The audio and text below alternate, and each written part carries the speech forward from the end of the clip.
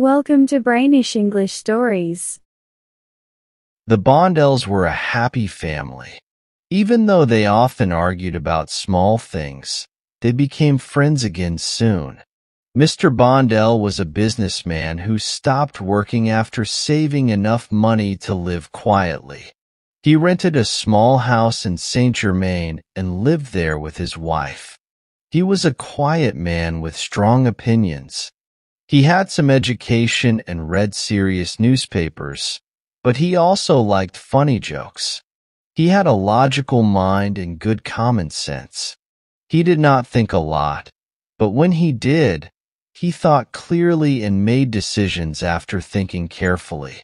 He was of medium height, looked good, and was starting to get gray hair. His wife had many good qualities, but also some bad ones. She had a quick temper and was very honest, sometimes too much. She could stay angry for a long time. She used to be pretty but had become too fat and too red.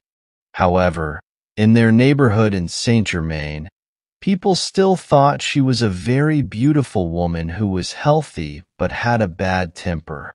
Their arguments almost always started at breakfast over small things, and often lasted all day or even until the next day.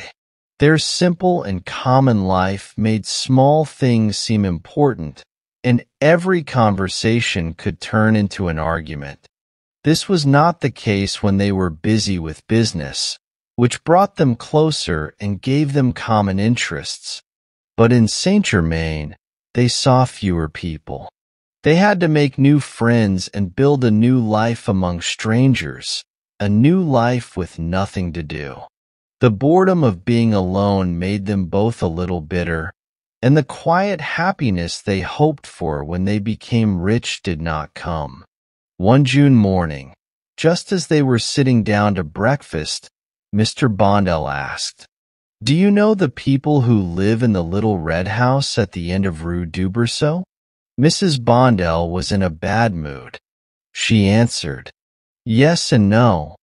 I know them, but I do not want to be friends with them." "Why not? They seem to be very nice." "Because this morning I met the husband on the terrace, and we took a little walk together." Seeing that there might be trouble, Mr. Bondell added, "He talked to me first." His wife looked at him angrily. She said, "You should have avoided him." "Why?" "Because there are rumors about them." "What kind of rumors?" "Oh, rumors like you often hear." Mr. Bondell, sadly, got a bit angry. He said, "My dear, you know I hate gossip. As for those people, I find them very nice." She asked angrily, "The wife too?" "Yes, though I have barely seen her." The argument got hotter because they had nothing else to talk about. Mrs. Bondell refused to say what she heard about these neighbors, hinting at things without saying them. Mr. Bondell shrugged his shoulders, smiled, and made his wife angrier.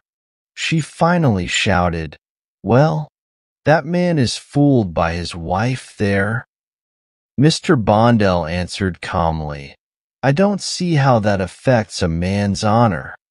She seemed shocked. "What? You don't see? You don't see? Well, that's too much. You don't see. It's a public scandal. He is disgraced." He answered, "Ah, not at all. Should a man be disgraced because he is deceived, because he is betrayed or robbed? No, indeed. Maybe that is true for the wife, but not for him." She became very angry, shouting, "For him as well as for her. They are both disgraced. It's a public shame." Mr. Bondell, very calm, asked, "First of all, is it true? Who can say it is true if no one has caught them in the act?" Mrs. Bondell was getting worried. She snapped, "What? Who can say it? Why, everybody. Everybody. It's as clear as the nose on your face. Everybody knows it and talks about it. There is no doubt. He was smiling. For a long time, people thought the sun moved around the earth. This man loves his wife and speaks of her kindly and respectfully.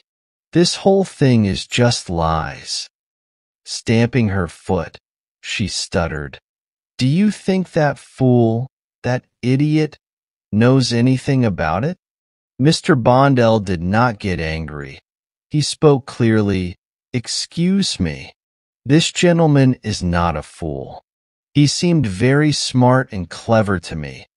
And you can't make me believe that a smart man doesn't notice such a thing in his own house, while the neighbors, who are not there, know every detail of this affair. For I'll bet they know everything. Mrs. Bondell had a fit of angry laughter, which irritated her husband. She laughed, "Ha, ah, ah, they are all the same. There's not a man alive who could discover such a thing unless it was right in front of his face." The argument was now going to other topics. She was shouting about how husbands don't see when they are being tricked, which he didn't believe, and she said it with such contempt that he finally got angry. Then the argument became a real fight, where she took the side of the women and he defended the men. He proudly said, "Well, I swear that if I had ever been tricked, I would have noticed it right away, and I would have made sure you never wanted to do such things again, so much that it would take more than one doctor to fix you." Boiling with anger, she shouted, You're as big a fool as the others, do you hear?" He still insisted, "I can swear to you that I am not." She laughed so rudely that he felt his heart beat fast and a chill run down his back. "For the third time," he said, "I would have seen it." She stood up, still laughing the same way. She slammed the door and left the room, saying, "Well, if that isn't too much." Mr. Bondell stayed alone, feeling bad. That rude, provoking laugh had hurt him deeply. He went outside, walked, and thought. The loneliness of his new life made him sad and gloomy. The neighbor, whom he had met that morning, came to him with open hands. They continued their walk together. After talking about different things, they started to talk about their wives. Both seemed to have something to share, something unclear, about these women who were part of their lives. The neighbor was saying, "Really, sometimes, it seems like they dislike their husband just because he is their husband. I love my wife. I love her very much. I appreciate and respect her. Well, there are times when she seems to trust our friends more than me." Mr. Bondell immediately thought, "There is no doubt. My wife was right." When he left this man, he began to think again. He felt a strange mix of different ideas in his mind, a kind of burning inside. That mocking, rude laugh kept ringing in his ears and seemed to say, "Why? You are just like the others, you fool." This was just bravado. One of those rude things a woman says when she dares everything, risks everything, to hurt and shame the man who has made her angry. This poor man must also be one of those cheated husbands, like so many others. He had said sadly, "There are times when she seems to trust our friends more than me." That is how a husband talks about his wife's special attention to another man. That was all. He had seen nothing more. He was like the rest, all the rest. And how strangely Mr. Bondell's own wife had laughed when she said, you too." How wild and careless these women are who can make a man suspicious just to get revenge. He thought about their whole life since their marriage, reviewed their friends, to see if she had ever shown more trust in anyone else than in him. He had never suspected anyone. He was so calm, so sure of her, so confident. But now he remembered she had a friend, a close friend, who had dined with them 3 times a week for almost a year. Tancred, good old Tancred, whom Mr. Bondell loved like a brother and still met secretly, since his wife, for some reason, had grown angry with him. He stopped to think, looking at the past with worried eyes. Then he got angry at himself for having such shameful doubts, for being jealous. He blamed himself when he remembered the visits and the behavior of this friend whom his wife had sent away for no clear reason. But suddenly, other memories came back, similar fights caused by the vengeful nature of Mrs. Bondell, who never forgave a slight. Then he laughed at himself for doubting. He remembered his wife's angry looks when he told her at night, "I saw good old Tancred, and he sends his regards to you," and he felt better. She would always answer, "When you see that gentleman, tell him I don't need his regards." She would say these words with an irritated, angry look. You could tell she did not forgive, and he had suspected her even for a second? Such foolishness! But why was she so angry? She never gave the exact reason for this fight. She still held that grudge. Was it? But no, no. And Mr. Bondell told himself he was lowering himself by even thinking of such things. Yes, he was definitely lowering himself, but he could not stop thinking about it. He asked himself with fear if this thought had come to stay, if it would grow into a terrible worry. He knew himself. He was a man who would think over his doubts, just like he used to think over his business deals, for days and nights, always weighing the good and bad sides. He was already getting excited. He was walking fast and losing his calmness. A thought cannot be stopped. It cannot be caught or killed. Suddenly, he had an idea. It was bold. So bold that at first he wasn't sure if he could do it. Every time he met Tancred, his friend would ask about Mrs. Bondell, and Mr. Bondell would answer, "She is still a little angry. Nothing more." Good Lord! What a fool he had been. Maybe. Well, he would take the train to Paris, go to Tancred, and bring him back with him that very evening, telling him that his wife's mysterious anger had disappeared. But how would Mrs. Bondell act? What a scene there would be! What anger! What scandal! What of it? That would be revenge. When she saw him unexpectedly, he should be able to see the truth in their faces. He immediately went to the station, bought his ticket, got on the train, and as soon as he felt the train moving, he felt fear, a kind of dizziness at what he was going to do. To not back down and return alone, he tried not to think about it, to focus on other things, to do what he had decided with determination. And he began to hum tunes from operettas and music halls until he reached Paris. As soon as he was walking along the streets that led to Tancred's, he felt like stopping. He paused in front of several shops, noticed the prices of things, was interested in new things, felt like having a glass of beer, which he usually didn't do. And as he got closer to his friend's place, he really hoped not to meet him. But Tancred was at home, alone, reading. He jumped up in surprise, saying, "Ah, Bondell, what luck!" Mr. Bondell, feeling awkward, answered, "Yes, my dear friend. I happen to be in Paris, and I thought I'd drop in and shake hands with you." "That's very nice, especially since you haven't visited me very often lately." "Well, you see, even when you don't want to, you are often influenced by the people around you, and as my wife seemed to dislike you." Jobba.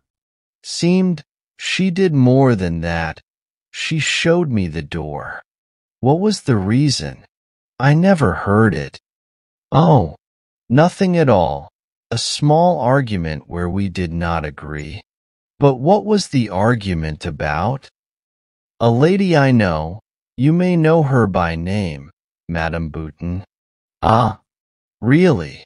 Well, I think my wife has forgotten her grudge, because this morning she spoke of you in very pleasant terms."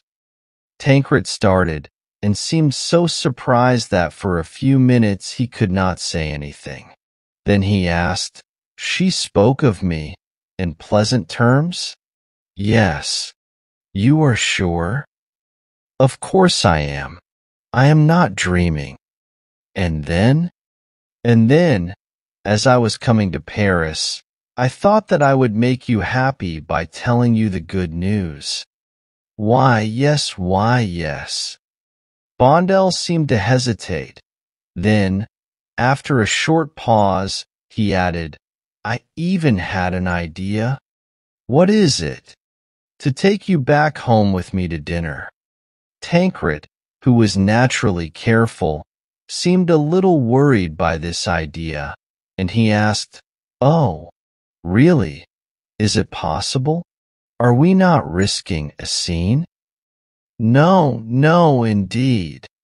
Because, Madame Bondell holds grudges for a long time."